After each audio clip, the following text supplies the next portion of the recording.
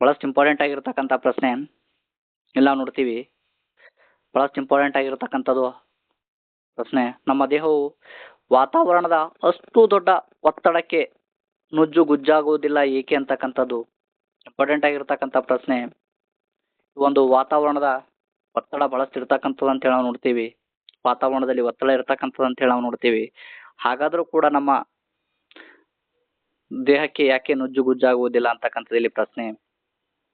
ಉತ್ತರ ಬಂದ್ಬಿಟ್ಟು ನಮ್ಮ ದೇಹದ ಒಳಗಿನ ಒತ್ತಡವು ಕೂಡ ಏನದಂದ್ರ ಹೊರಗಿನ ಒತ್ತಡವನ್ನ ಏನ್ ಮಾಡ್ತದ, ಸಮತೋಲನ ಮಾಡ್ತದ. ಹಾಗಾಗಿ ಏನದಂದ್ರ ನಮ್ಮ ದೇಹವು ವಾತಾವರಣದ ಅಷ್ಟು ದೊಡ್ಡ ಒತ್ತಡಕ್ಕೆ ಏನದಂದ್ರ ನುಜ್ಜುಗುಜ್ಜಾಗುವುದಿಲ್ಲ ಅಂತ ಹೇಳಿ ನಮ್ಗೆ ಗೊತ್ತಿರಬೇಕು. ಬಹಳಷ್ಟು ಇಂಪಾರ್ಟೆಂಟ್ ಆಗಿರ್ತಕ್ಕಂಥದ್ದು. ಅದೇ ರೀತಿಯಾಗಿ ಪ್ರಶ್ನೆ ನೋಡ್ತೀವಿ. ಬಲವು ಒಂದು ವಸ್ತುವಿನ ವಿಶ್ರಾಂತಿ ಸ್ಥಿತಿ ಅಥವಾ ಚಲನೆಯ ಸ್ಥಿತಿ ಬದಲಿಸುವುದನ್ನ ಏನೆಂದು ಕರೆಯುತ್ತಾರೆ ಅಂತಕ್ಕಂಥದ್ದು. ಬಲವು ಒಂದು ವಸ್ತುವಿನ ವಿಶ್ರಾಂತಿ ಸ್ಥಿತಿ ಅಥವಾ ಚಲನೆಯ ಸ್ಥಿತಿಯನ್ನ ಬದಲಿಸುವುದನ್ನ ಏನೆನ್ನುತ್ತಾರೆ ಅಂತಕ್ಕಂಥದ್ದು. ಉತ್ತರ ಬಂದ್ಬಿಟ್ಟು ಇದನ್ನ ಚಲನೆಯ ಸ್ಥಿತಿಯಲ್ಲಿನ ಬದಲಾವಣೆ ಅಂತ ಹೇಳಿ ಕರೀತಕ್ಕಂಥದ್ದು. ಅದೇ ರೀತಿಯಾಗಿ ನೋಡ್ತೀವಿ ಪ್ರಶ್ನೆ. ಫುಟ್ಬಾಲ್ ಗೋಲ್ ಕೀಪರ್ ವೇಗವಾಗಿ ಬರುವ ಚೆಂಡನ್ನ ಹಿಡಿಯುವುದು ಏನು ತೋರಿಸುತ್ತದೆ ಅಂತಕ್ಕಂಥದ್ದು. ಉತ್ತರ ಬಂದ್ಬಿಟ್ಟು ಬಲವು ಜವವನ್ನ ಶೂನ್ಯ ಮಾಡಬಲ್ಲದು ಅಂತೇಳಿ ತೋರಿಸ್ತಕ್ಕಂಥದ್ದು. ಅಂದ್ರೆ ಫುಟ್ಬಾಲ್ ಬಹಳಷ್ಟು ವೇಗವಾಗಿ ಬರ್ತಕ್ಕಂಥದ್ದು, ಗೋಲ್ ಕೀಪರ್ ಅದನ್ನ ತಡಿತಕ್ಕಂಥದ್ದು ನೋಡ್ತೀವಿ. ಇಲ್ಲಿ ಈಸಿಯಾಗಿ ಅರ್ಥವನ್ನ ಮಾಡ್ಕೋಬೇಕು. ವೇಗವಾಗಿ ಬರ್ತಕ್ಕಂತಹ ಚೆಂಡನ್ನ ಇಲ್ಲಿ ಏನ್ ಮಾಡ್ತಾ ಇದ್ದಾರೆ, ಬಲವನ್ನ ಹಾಕಿ ಆ ಒಂದು ಬಾಲ್ನ ಸ್ಪೀಡ್ ಅನ್ನ ಕಡಿಮೆ ಮಾಡ್ತಕ್ಕಂಥದ್ದು ನೋಡ್ತೀವಿ. ಇದನ್ನೇ ಏನಂತೇಳಿ ಕರೀತಾರಂದ್ರ ಬಲವು ಜವವನ್ನ ಶೂನ್ಯ ಮಾಡಬಲ್ಲದು ಅಂತಕ್ಕಂಥದ್ದು.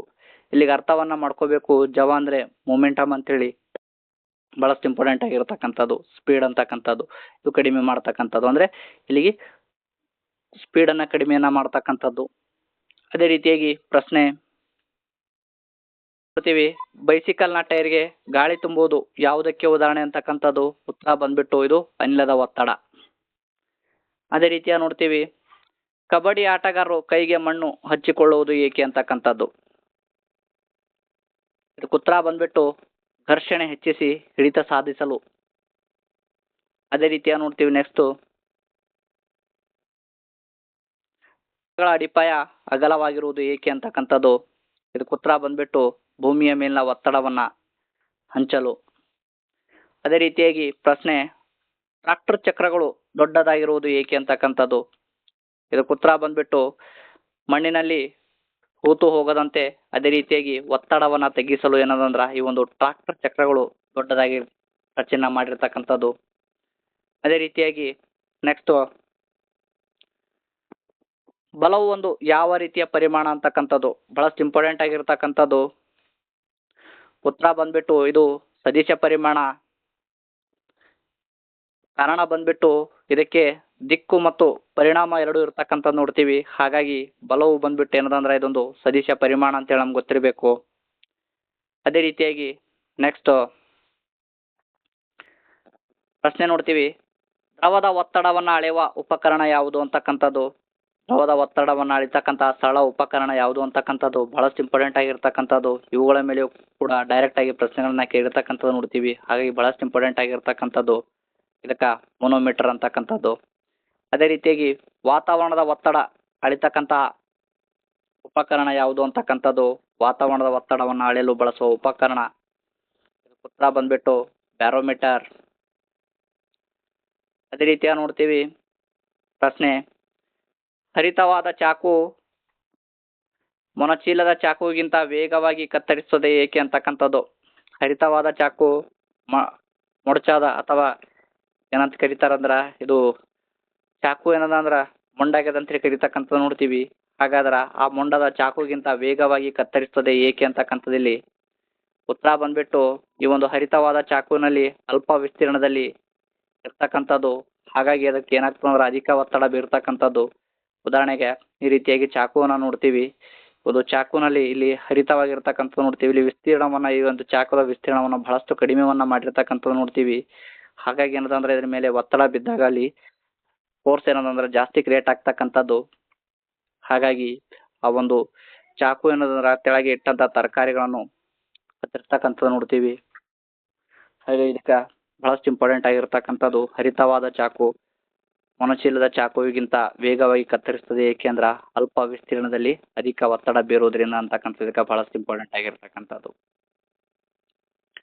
ಅದೇ ರೀತಿ ಪ್ರಶ್ನೆ, ಕೆಸರಿನ ನಾವು ಭೂಮಿಯ ಮೇಲೆ ತೇಲದೆ ನಿಂತಿರುವುದು ಯಾವ ಬಲದಿಂದ ಅಂತಕ್ಕಂಥದ್ದು. ಉತ್ತರ ಬಂದ್ಬಿಟ್ಟು ಗುರುತ್ವಾಕರ್ಷಣ ಬಲ, ಗ್ರಾವಿಟಿ ಬಹಳಷ್ಟು ಇಂಪಾರ್ಟೆಂಟ್ ಆಗಿರ್ತಕ್ಕಂಥದ್ದು. ಒಂದು ವೇಳೆ ಗುರುತ್ವ ಬಲ ಇಲ್ಲದಿದ್ರೆ ನಾವು ಏನು ಮಾಡ್ತಿದ್ವಿ ಅಂದ್ರ ನಾವೆಲ್ಲರೂ ಈ ರೀತಿಗೆ ಮೇಲೆ ತೇಲ್ತಾ ಇದೀವಿ. ಹಾಗೆ ಬಹಳಷ್ಟು ಇಂಪಾರ್ಟೆಂಟ್ ಆಗಿರ್ತಕ್ಕಂಥದ್ದು ಭೂಮಿಯ ಮೇಲೆ ತೇಲದೆ ನಿಂತಿರುವುದು ಯಾವ ಬಲದಿಂದ ಅಂತಕ್ಕಂಥದ್ದು ಗುರುತ್ವಾಕರ್ಷಣ ಬಲ, ಗ್ರಾವಿಟಿಯಿಂದ. ಅದೇ ರೀತಿಯಾಗಿ ಬಾಹ್ಯಾಕಾಶದಲ್ಲಿ ಗುರುತ್ವ ಬಲ ಇಲ್ಲದಿದ್ರೆ ಏನಾಗುತ್ತದೆ ಅಂದ್ರೆ ಅಲ್ಲಿಗೆ ನಾವೇನಾದ್ರೂ ಹೋಗಿದ್ರೆ ನಾವು ಕೂಡ ಏನಂದ್ರೆ ಮೇಲೆ ತೇಲ್ತಾ ಇರ್ತೀವಿ ಅಂತಕ್ಕಂಥದ್ದು. ಅದೇ ರೀತಿಯಾಗಿ ಪ್ರಶ್ನೆ, ಬಲ ಮತ್ತು ಒತ್ತಡದ ನಡುವಿನ ವ್ಯತ್ಯಾಸವೇನು ಅಂತಕ್ಕಂಥದ್ದು.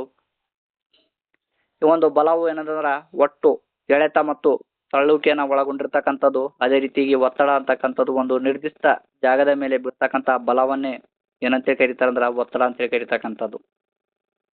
ಬಲ ಅಂದ್ರ ಒಟ್ಟು ಎಳೆತ ತಳ್ಳುವಿಕೆ, ಒತ್ತಡ ಅಂತಕ್ಕಂಥದ್ದು ಒಂದು ನಿರ್ದಿಷ್ಟ ಜಾಗದ ಮೇಲೆ ಬಿಡ್ತಕ್ಕಂಥ ಫೋರ್ಸ್ ಬಲ. ಇವೆರಡಕ್ಕೂ ವ್ಯತ್ಯಾಸ. ಅದೇ ರೀತಿಯಾಗಿ ನಾವು ನೋಡ್ತೀವಿ ಬಹಳಷ್ಟು ಇಂಪಾರ್ಟೆಂಟ್ ಆಗಿರ್ತಕ್ಕಂಥದ್ದು, ಒಂದು ಮೊಳೆಯನ್ನ ತಲೆ ಭಾಗದಿಂದ ಹೊಡೆಯುವುದು ಕಷ್ಟ ಏಕೆ ಅಂತಕ್ಕಂಥದ್ದು. ಈ ಒಂದು ಮೊಳೆ ಇರ್ತಕ್ಕಂಥ ನೋಡ್ತೀವಿ ಈ ರೀತಿಯಾಗಿ ಈ ಒಂದು ಮೊಳೆಯನ್ನ ತಲೆ ಭಾಗದಿಂದ ಹೊಡಿತಕ್ಕಂಥದ್ದು ಏಕೆ ಕಷ್ಟ ಅಂತಕ್ಕಂಥದ್ದು. ಇಲ್ಲಿ ವಿಸ್ತೀರ್ಣ ಏನಂದ್ರ ಹೆಚ್ಚಿಗಿರ್ತಕ್ಕಂಥದ್ದು ನೋಡ್ತೀವಿ. ಅದೇ ರೀತಿಯಾಗಿ ಏನಂದ್ರ ಒತ್ತಡ ಏನಾಗ್ತದಂದ್ರ ಕಡಿಮೆಯಾಗಿ ಏನಂದ್ರ ಮೊಳೆ ಒಳಕ್ಕೆ ಹೋಗೋದಿಲ್ಲ ಅಂತಕ್ಕಂಥದ್ದು. ವಾತಾವರಣದ ಒತ್ತಡವನ್ನ ಮೊದಲು ಯಾರು ಪ್ರದರ್ಶಿಸಿದರು ಅಂತಕ್ಕಂಥದ್ದು ಬಹಳಷ್ಟು ಇಂಪಾರ್ಟೆಂಟ್ ಆಗಿರ್ತಕ್ಕಂಥದ್ದು. ಇದಕ್ಕೆ ಉತ್ತರ ಬಂದ್ಬಿಟ್ಟು ಜರ್ಮನ್ ವಿಜ್ಞಾನಿ ಒಟವಾನ್ ಗುರಿಕ್ ಅಂತಕ್ಕಂಥವ್ರು. ಹಾಗಾದ್ರೆ ಇವರು ಯಾವ ಒಂದು ಪ್ರಯೋಗದ ಮೂಲಕ ಆ ಪ್ರಯೋಗ ಹೇಗೆ ಮಾಡಿದ್ರು ಅಂತ ಹೇಳಿ ಕಾಮೆಂಟ್ನ ಮಾಡಿ ಅಂತ ಹೇಳ್ತಾ ನೆಕ್ಸ್ಟ್ ಪ್ರಶ್ನೆಗೆ ಹೋಗ್ತೀನಿ. ಬಹಳಷ್ಟು ಇಂಪಾರ್ಟೆಂಟ್ ಆಗಿರ್ತಕ್ಕಂಥ ಪ್ರಶ್ನೆ, ಬಲ ಮತ್ತು ಒತ್ತಡ ಅಧ್ಯಯನ ನಮಗೆ ಏನನ್ನ ತಿಳಿಸುತ್ತದೆ ಅಂತಕ್ಕಂಥದ್ದು. ಒಂದು ಬಲ ಮತ್ತು ಒತ್ತಡದ ಅಧ್ಯಯನ ನಮಗೆ ಉತ್ತರ ಬಂದ್ಬಿಟ್ಟು ವಸ್ತುಗಳ ಚಲನೆ ಮತ್ತು ಅವುಗಳ ಮೇಲೆ ಪರಿಸರ ಪ್ರಭಾವವನ್ನ ತಿಳಿಸ್ತಕ್ಕಂಥದ್ದು. ಈ ಒಂದು ವಿಡಿಯೋ ನಿಮಗೆ ಇಷ್ಟವಾದರೆ ನಿಮ್ಮ ಸ್ನೇಹಿತರಿಗೂ ಶೇರ್ ಮಾಡಿ ಅಂತ ಹೇಳ್ತಾ ನೆಕ್ಸ್ಟ್ ಮುಂದಿನ ಪಾಠವನ್ನ ನೋಡೋಣ.